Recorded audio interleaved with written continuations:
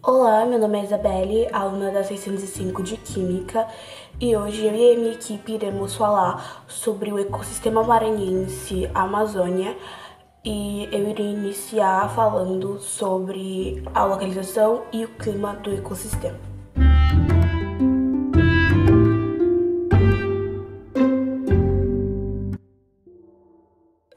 Para muitos, o fato do Maranhão fazer parte da Amazônia ainda causa uma certa estranheza, uma vez que o estado abriga parcialmente o bioma amazônico, mas, de acordo com o Instituto Brasileiro de Geografia e Estatística, o IBGE, na atualização divulgada em 2021, o Maranhão é o estado com o maior número de municípios na Amazônia Legal, sendo eles 181 dos 217 estados, ou seja, cerca de 79,3% do seu território. A Amazônia no Maranhão ela é um prolongamento que parte do rio Gurupi, na cidade de Carutapera, chega em São Luís, passa por Santa Inês, Formosa da Barra Negra e alcança a cidade de Carolina. A região possui, em média, 570 árvores por hectare, de pelo menos 100 espécies da flora nacional, possibilitou a catalogação de 109 espécies de peixes, 124 de mamíferos e 503 de aves.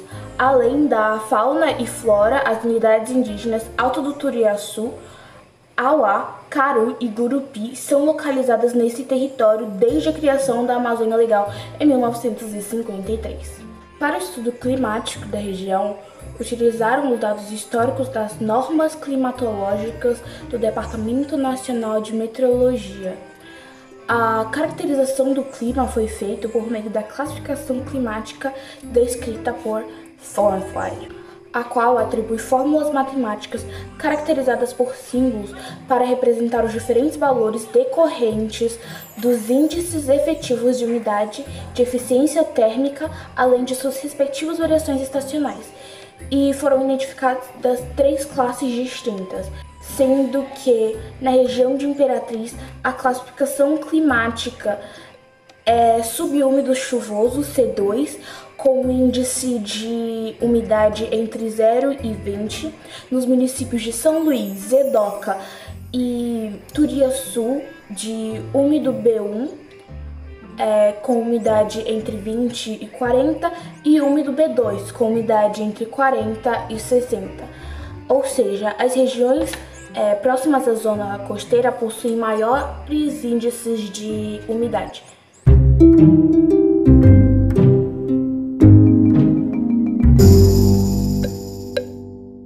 Olá, meu nome é Suzane Macedo e irei estar dando continuidade falando sobre a fauna do Maranhão.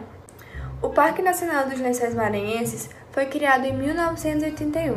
Fica localizado entre as cidades de Primeira Cruz e Barreirinhas e lá é um verdadeiro paraíso ecológico. Possui 155 mil hectares de dunas que vão até 20 metros de altura. Também tem lagoas e manguezais. Esse número é bem representativo quando comparado a outras regiões amazônicas. De qualquer forma, essa área é de altíssima importância para a conservação, pois apresenta cerca de 11 mamíferos que estão ameaçados de extinção. A fauna de carnívoros dessa região também é bastante diversificada, tendo 14 espécies, sendo 7 dessas presentes na nova listagem do IBAMA. Esses animais também sofrem perseguições, mesmo estando teoricamente protegidos, principalmente por onça-pintada e onça-vermelha. Isso porque esses animais chegam em algumas vezes a predar os gados das fazendas que estão instaladas dentro da reserva biológica. O Gupiri também abriga as últimas populações de ariranhas do Maranhão, que também estão presentes a lontra, o guaxinim e algumas outras espécies de felinos. Outro ponto importante é que essa região abriga a etnia dos Auá-Guarujás, que são um povo seminômade que vive em grande parte do seu tempo como seus ancestrais viviam. e estão bem propensos à extinção por conta de ganância dos madeireiros, fazendeiros e demais invasores que invadem as suas terras em busca de caça, de madeira, produtos farmacêuticos e pastagem para gado.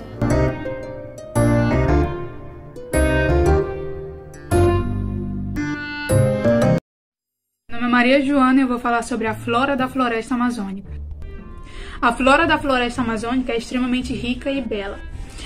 É formada predominantemente por áreas florestais, com árvores altas e robustas, e várias plantas são utilizadas pelo ser humano na fabricação de móveis e casas, na alimentação, na fabricação de cosméticos e até de medicamentos. E de acordo com o Ministério do Meio Ambiente, na Amazônia crescem 2.500 espécies de árvores e 30.000 espécies de plantas. São alguns exemplos de espécies nativas da região: a palmeira, a vitória régia, o guaraná, o açaí, a castanheira, o jatobá, o mogno e a seringueira. As árvores da floresta amazônica podemos citar a grande samaúma, também chamada de mafumeira, que pode atingir 50 metros de altura e 2 metros de diâmetro. Antigamente ela era usada como alternativa ao algodão para encher almofadas, colchão e para isolamento, mas na atualidade ela foi substituída por materiais sintéticos. As sementes da samaúma produzem um óleo que é usado na fabricação de sabão e usado também como fertilizante. Sua madeira apresenta grande valor comercial e por isso a samaúma foi amplamente explorada ao longo do tempo. Outra planta de grande valor comercial é a seringueira, que fornece o látex usado na produção da borracha. A floresta amazônica também é rica em plantas com menor dimensão, como trepadeiras, cipós, plantas e plantas epífitas. A vegetação encontrada no bioma amazônico pode ser classificada em 3 tipos: terra firme, várzea e igapós. As florestas de terras firmes são encontradas em áreas com mais altitudes e se caracterizam por árvores mais altas e densas. As florestas da várzea são encontradas em lugares mais rebaixados, quase sempre próximos a rios e que sofrem eventualmente enchentes. É nessa região que o solo amazônico é mais rico em nutrientes. Florestas de igapós se localizam nas regiões mais baixas do bioma e estão constantemente alagadas. Por isso que as vegetações encontradas nessas regiões são típicas de alagamento, como as vitórias régias, que também podem ser encontradas na várzea, além também de ser uma das maiores plantas aquáticas do mundo, existindo registros de folhas com mais de 2 metros de diâmetro. E a flor dessa planta é considerado o símbolo da Amazônia.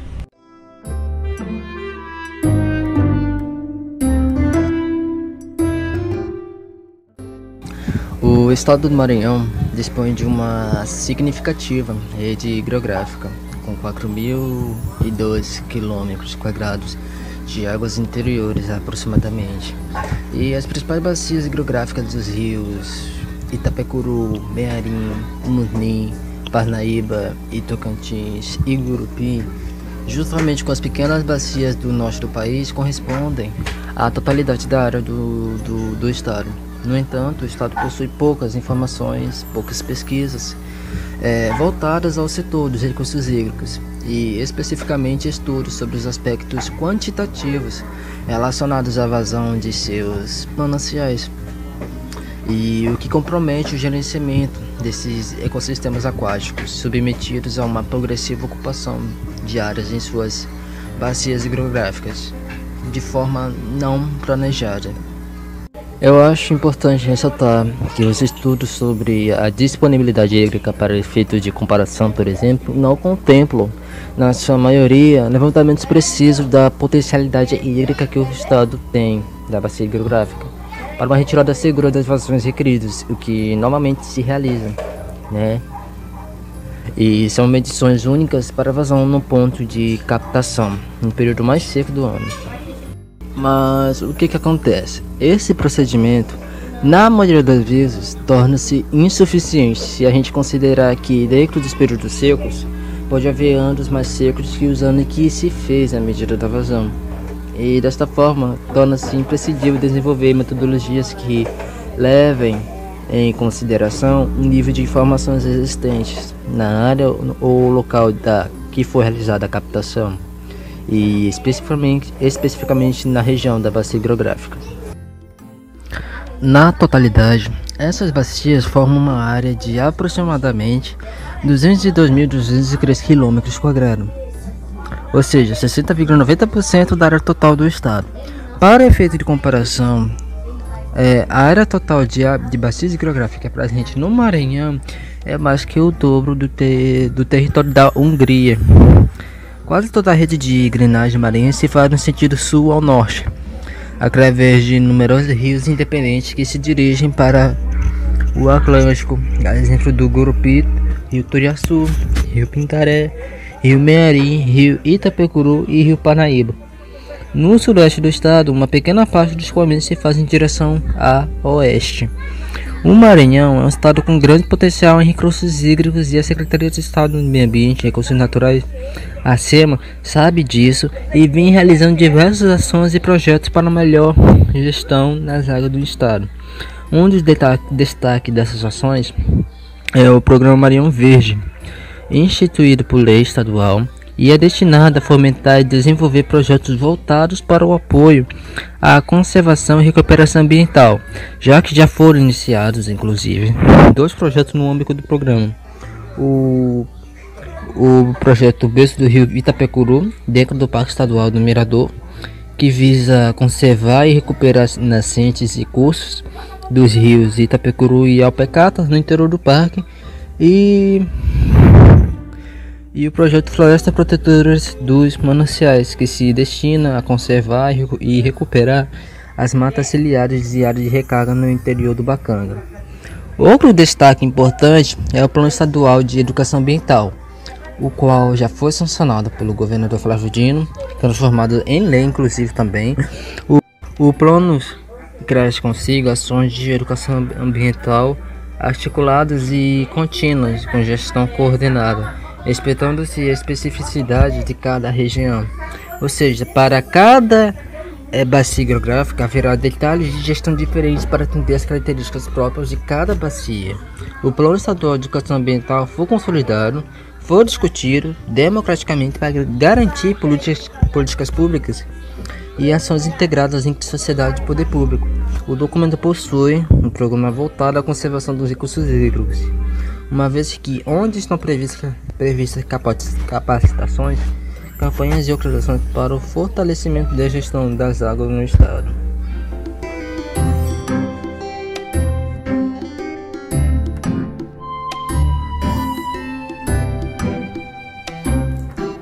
Olá, bom dia, meu nome é Lidilaine e dando continuidade à apresentação eu vou falar sobre os impactos ambientais na Amazônia Maranhense.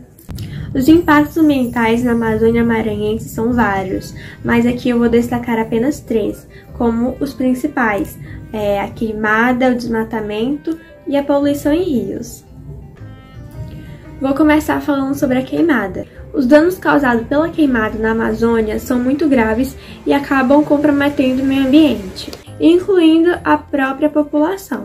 Alguns exemplos causados pelos impactos ambientais da queimada é a destruição da vegetação. O fogo elimina espécies nativas que podem desaparecer para sempre.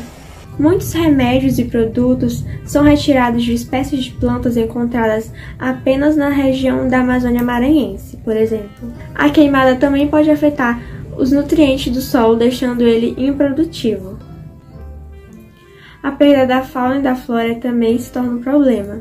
O fogo atinge gravemente toda a vida na floresta, assim destruindo espécies de fauna e flora, o que acaba causando um desequilíbrio na cadeia alimentar desse local. Também causa um agravamento no efeito estufa e no aquecimento global. Durante as queimadas acontece uma intensa liberação de dióxido de carbono na atmosfera, o que agrava esses dois fenômenos. Problemas respiratórios também são causados pela queimada. O aumento de monóxido de carbono no ar também gera doenças respiratórias, como esses exemplos também, entre outros. Vamos falar agora sobre o desmatamento. Com o desmatamento atualmente, 75% da floresta amazônica maranhense já foi desmatada. E o desmatamento ilegal ele persiste em um processo violento, que provoca danos sociais, econômicos e ambientais visíveis. O desmatamento ele também contribui para o aquecimento global. Segundo a ONU, o desmatamento ele é a segunda maior causa das mudanças climáticas.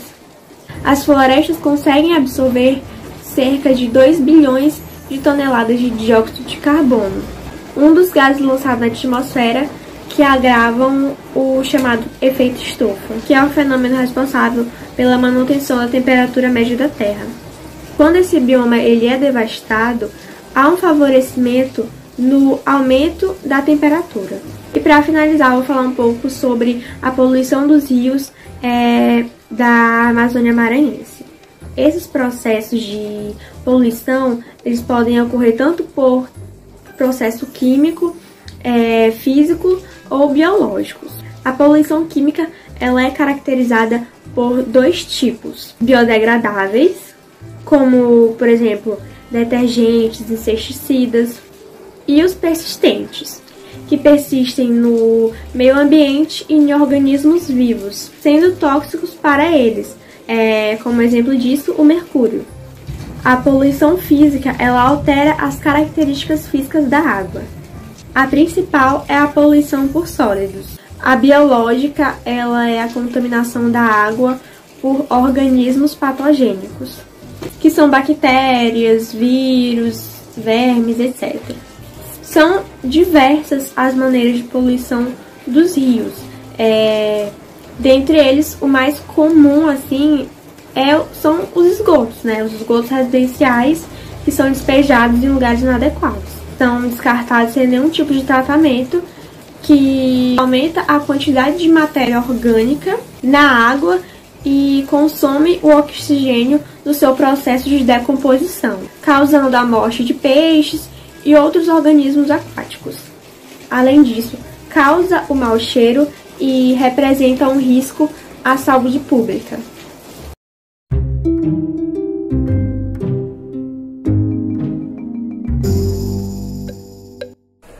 Olá, eu me chamo Cristiane e vou falar um pouco sobre as atividades econômicas da Amazônia Maranhense.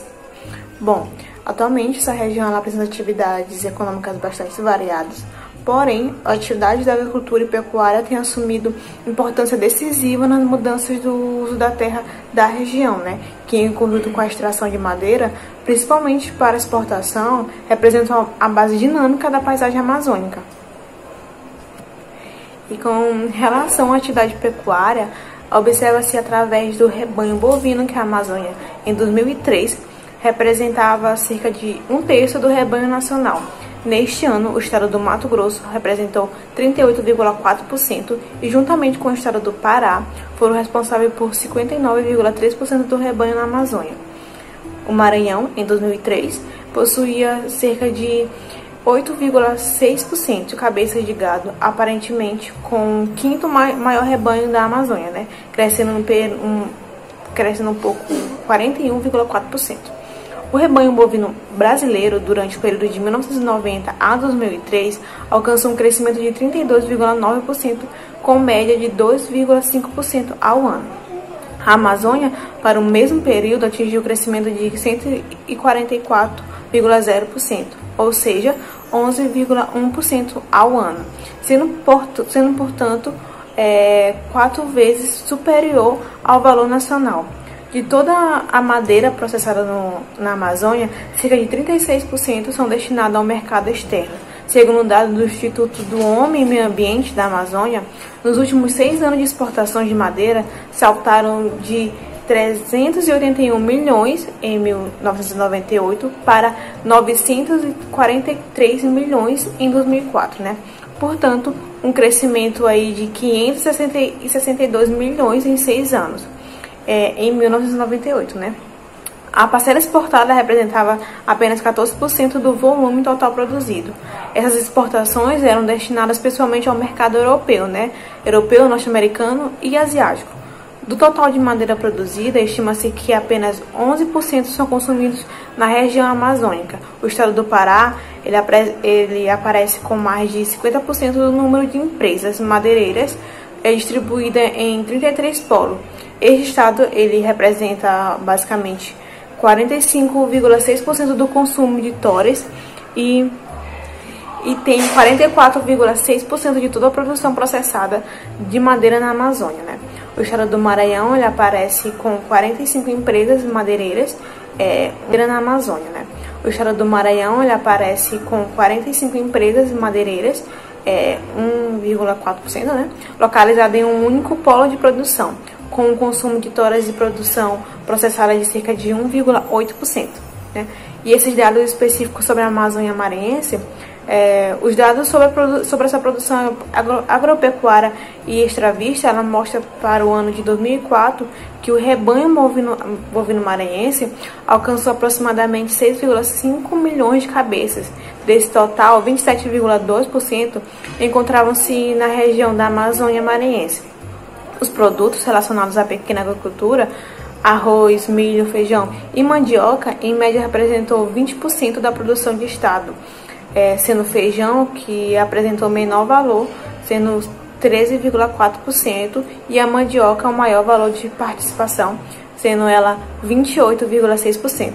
Cabe destacar também a produção de madeira em tora, onde 44,5% da produção do estado são originárias desta região, e ainda o grande percentual, 40,8%, do carvão vegetal. A produção extravista de amêndoa e de amêndoa de babaçu encontra-se bem baixa na média estadual devido à região não apresentar as melhores áreas com esta espécie de vegetal.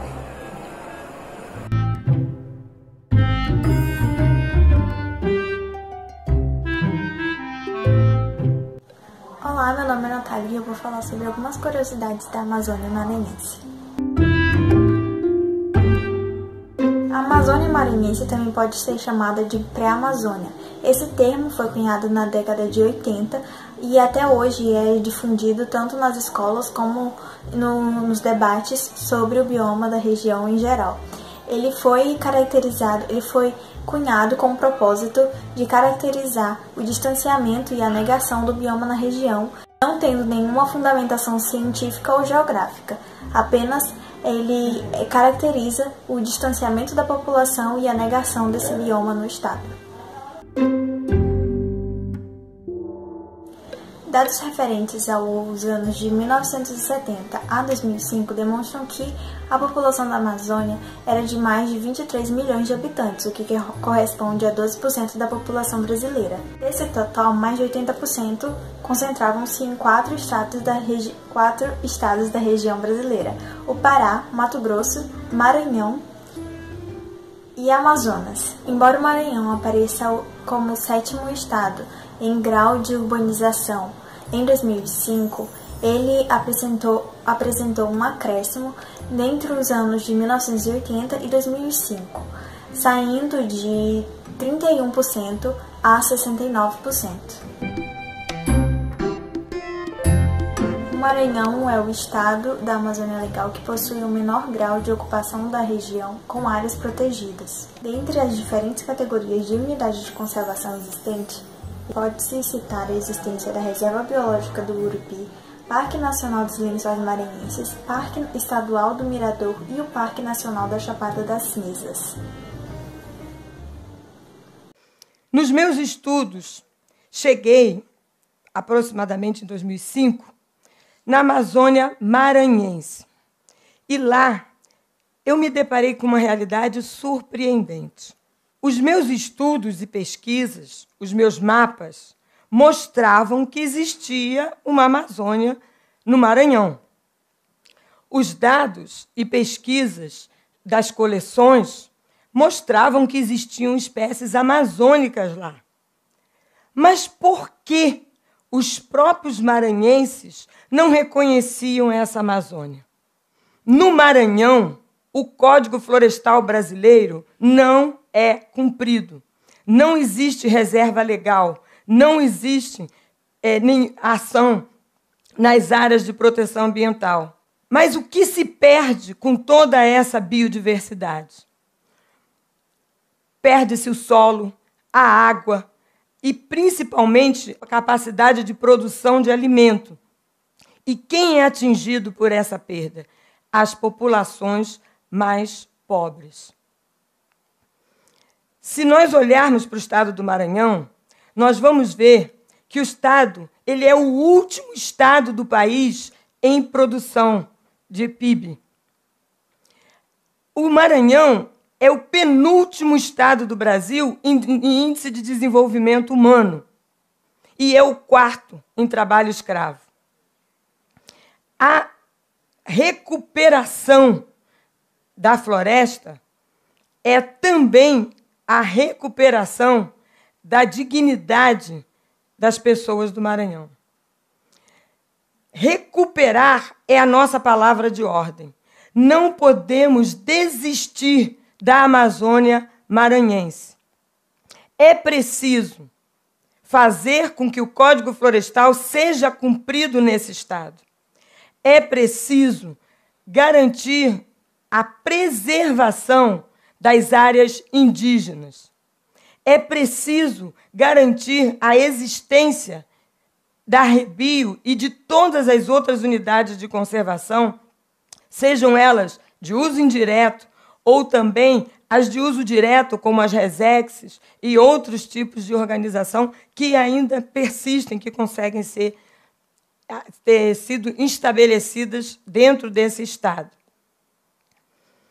Recuperar a floresta é recuperar a dignidade do maranhense.